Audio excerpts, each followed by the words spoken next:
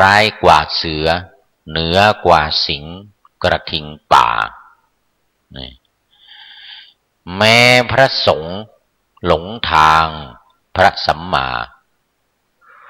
เสทลาทับเขาอ่อนนอนระทมไม่นะว่านี่เป็นอย่างนั้นในเรื่องมันพระสงฆ์นี่แหละ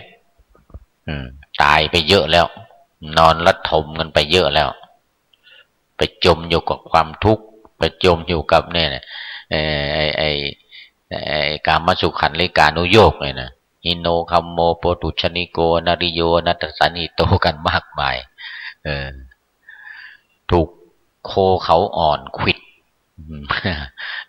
โคเขาอ่อนขวิดไปแล้วก็ไม่ใช่แต่พระสงฆ์เลยนะผู้ชายทั่วไปแหละผู้ชายทั่วไปถูกขวิดทั้งนั้นน่ะถูกโคเขาอ่อนที่เขาอ่อนที่ซ่อนอยู่ใต้เสื้อร้ายกว่าเสือเหนือกว่าสิงกระทิงป่า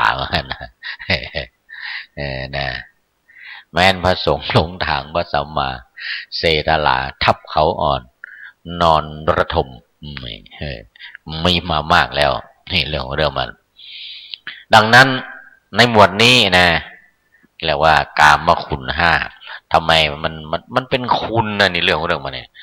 แล้วมันไม่ดีแล้วทำไมมันเป็นคุณนะมันดีสำหรับปุถุชนคนธรรมดามันไม่ดีสำหรับพระอริยะมันไม่เป็นอริยะมันเป็นอนัริยะดังที่กล่าวนี่แหละนะปุถุชนขนาดที่ยังมีกิเลสเนี่ยอย่างพระโสดาบันเนี่ยก็ยังมีบ้านมีเรือนมีลูกมีเมียมีสามีมีสามีอย่างนางวิสาขามหาอุบาสิกาแล้วก็อะไรอนาถบิณฑิกะเศรษฐีพระเจ้าประสิทธิโกศลพระเจ้าพิมพิสารอะไรต่างๆเนี่ยโสดาบันทั้งนั้นเป็นพระโสดาบันจะค่อยๆไปพัฒนาเวลาตายไปแล้วก็ไปเกิดเป็นเทวดาบ้างเป็นพรหมบ้างเห็นว่าพระเจ้าพิมพิสารเป็นยักษ์อาจารย์ประเสริฐว่าอาจารย์ประเสริฐว่าเจ้าพิมพิสารเป็นยักษ์เนี่ยนะตอนนี้นะแต่ไม่ใช่ยักษ์ธรรมดานะเป็นยักษ์ที่อยู่บนสวรรค์ชั้นปะละนิมมิตวัสวัสดีโอ้ชั้นนี้นี่เป็นยักษ์เป็นคนทันเป็นอสูรอะไรต่างๆนะแต่เป็นเทวดานะเป็นเทวดาทำดีเนี่ยทำเพื่อตนแต่ถ้าคนอื่นหรือสิ่งอื่นสัตว์อื่นอะไรจะทำไม่ดีคือจะคอยทำร้ายทำอันตรายเขาหรือแม้แต่มารพยามมารที่มารบกวนพระพุทธเจ้าเนี่ยนะคอยมาบังคับคอยมาไล่อย่างพระพุทธเจ้าจะตรัสรู้ก็มาไล่ลงบัลลังก์อะไรนะมารนี่ก็เป็นไม่ใช่ว่าอยู่ธรรมดานะ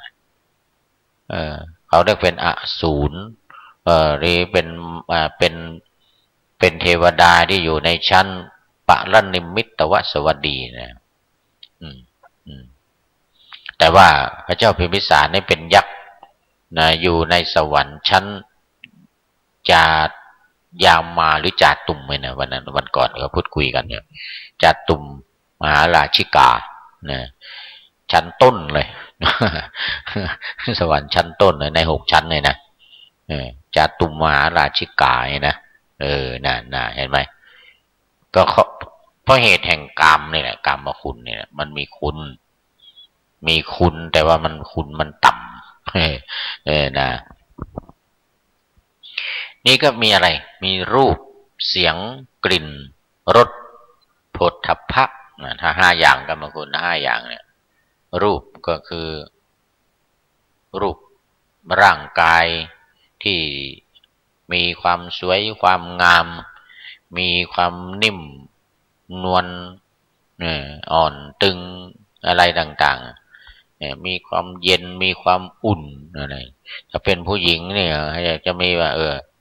แม่เนื้ออุ่นอะไรอย่างเงี้ยนะ แม่เนื้อเย็น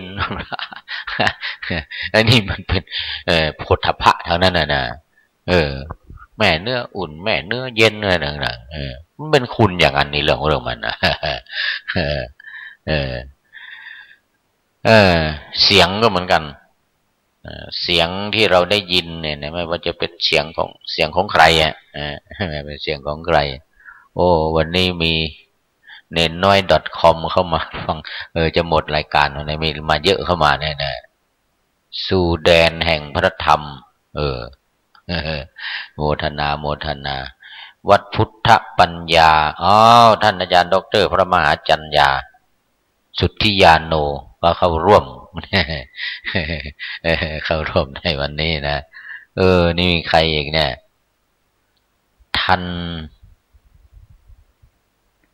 ฐานะ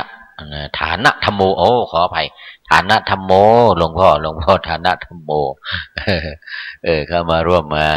สมบูรณ์ดวงตาคุณโยมสมบูรณ์โยมสมบูรณ์นานแล้วเนี่ยไม่ได้เปิดไม่ได้มานั่งอยู่หน้าไม่ได้มานั่งอยู่หน้าขออภัยเนี่ยก็จริงออกอากาศอยู่ทุกวัน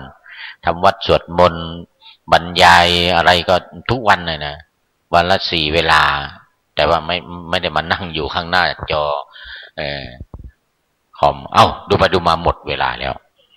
แล้ววันนี้ก็ไว้แค่นี้ก่อนขออำนวยอวยพรให้ทุกท่านที่เข้ามาร่วมในรายการก็ดีก็รับฟังทางวิทยุแล้วก็รับชมทางวิทยุอินเทอร์เน็ตทางเฟซไลน์ทางที่ไหนเว็บไซต์ของวัดไผ่หินของมหาวิทยาลัยเชียงใหม่ขอให้มีความสุขกายสบายใจปรารถนาสิ่งใดก็ขอให้ได้สิ่งนั้นสมมโนรสปณิธานทุกท่านเทอญขอเจริญพร